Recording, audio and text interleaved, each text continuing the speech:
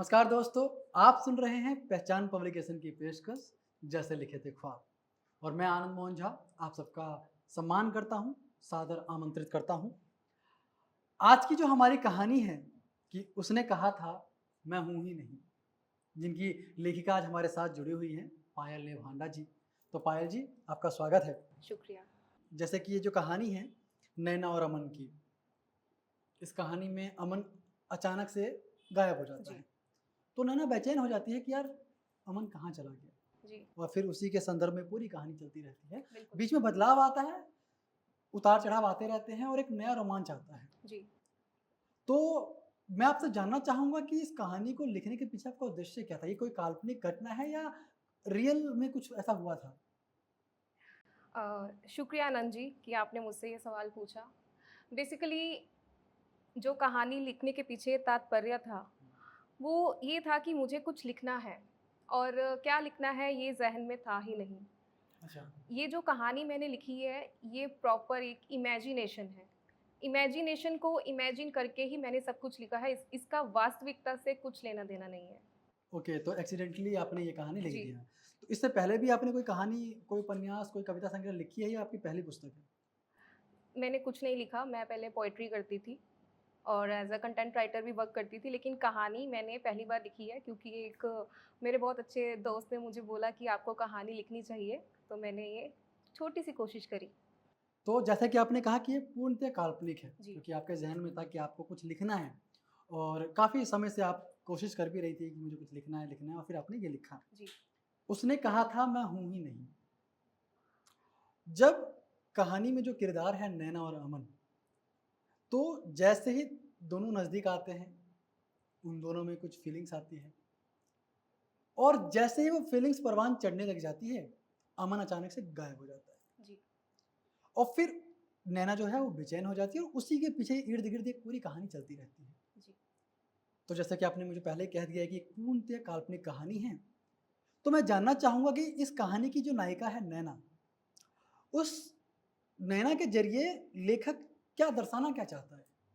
नैना और अमन की जो प्रेम कहानी है, वो कोई सच्ची घटना पे आधारित नहीं है, पूर्णतः काल्पनिक है जैसे कि मैंने बोला।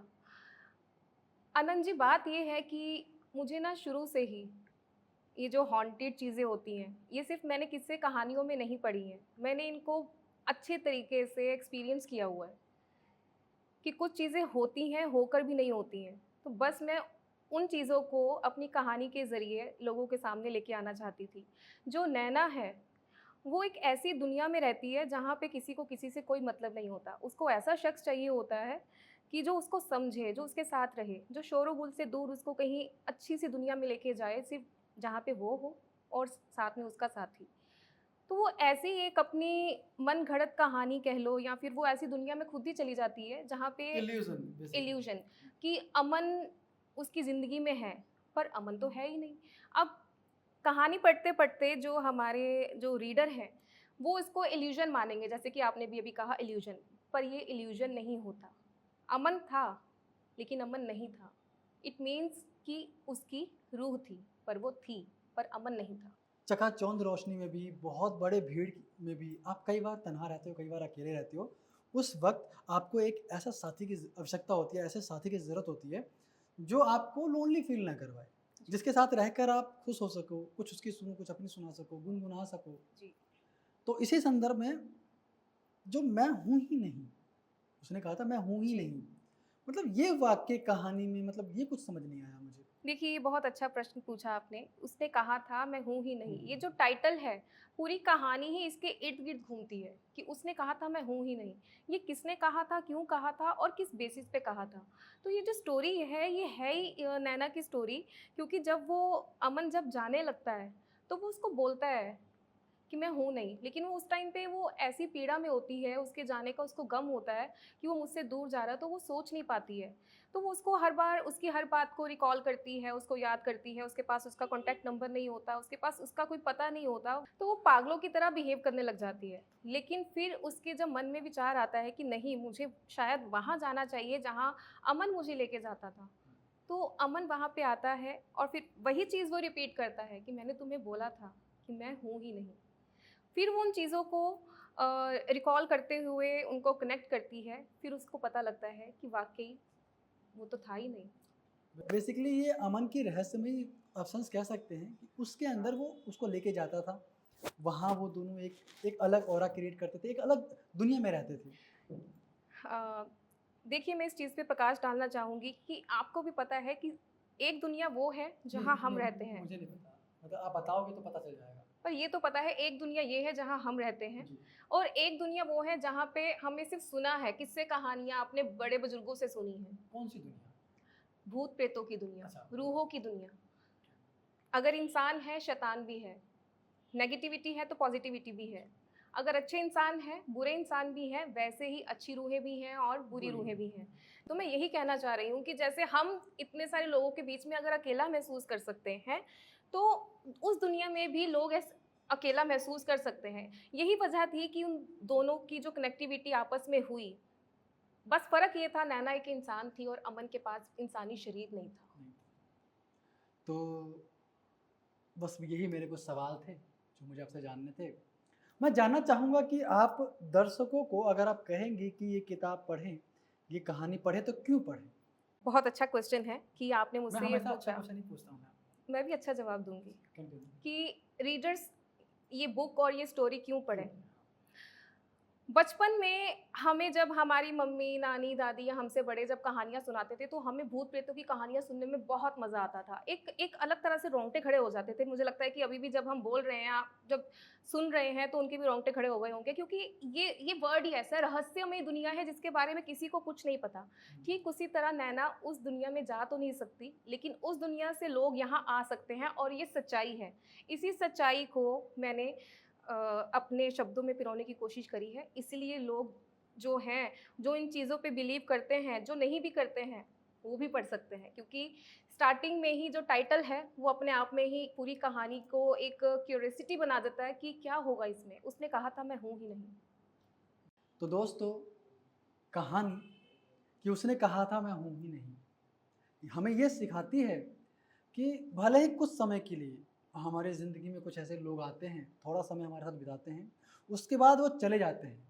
वो तो चले जाते हैं, लेकिन उनकी यादें, उनके साथ बिताए लम्हे, उनकी बातें सदैव हमारे ज़हन में उतर जाती हैं। तो आप सुन रहे थे जैसे लिखे थे ख्वाब पहचान पब्लिकेशन की पेशकश, और आज हमारे साथ जुड़ी थी पायल नेभांडा जी। कहानी उसने कहा था मैं हूँ ही नहीं की लेखिका, और ये कहानी है 10 दरवाजे, एक कहानी संग्रह किताब में जो पहचान पब्लिकेशन ने प्रकाशित किया। इसमें 10 अलग-अलग ऑथर हैं, 10 अलग-अलग कहानियाँ हैं। आप इसे खरीदिए, अमेज़न पर उपलब्ध है, पहचान पब्लिकेशन के पेज पे उपलब्ध है। आप ऑनलाइन ऑर्डर कर सकते हैं, आप हमें डीएम कर सकते हैं इंस्टाग्राम पर, और ऐसे ही हमसे जुड़े रहिए एक नई कहानी के लिए, जो कहानी आपके दिलों को छुएँगी। एक नए कलाकार से मिलेंगे और ये कारवां ऐसे ही चलता रहेगा। धन्यवाद।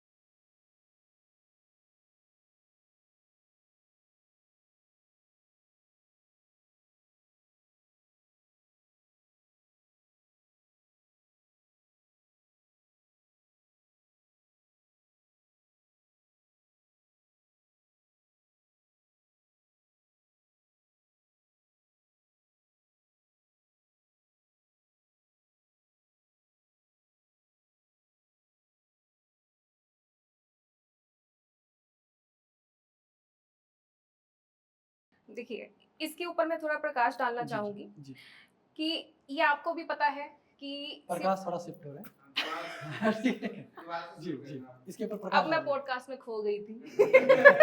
नहीं अच्छा है, थोड़ा एक्स्ट्रा हो जाता है ना, हाँ। कनेक्ट कराने में प्रॉब्लम नहीं होती है, हाँ जी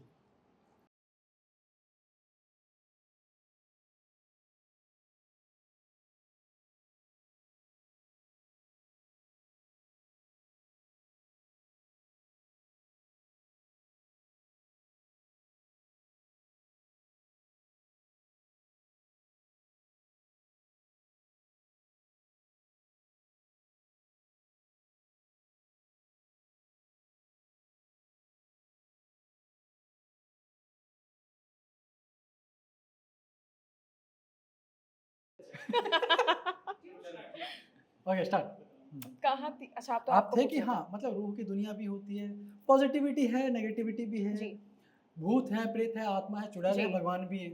हम्म।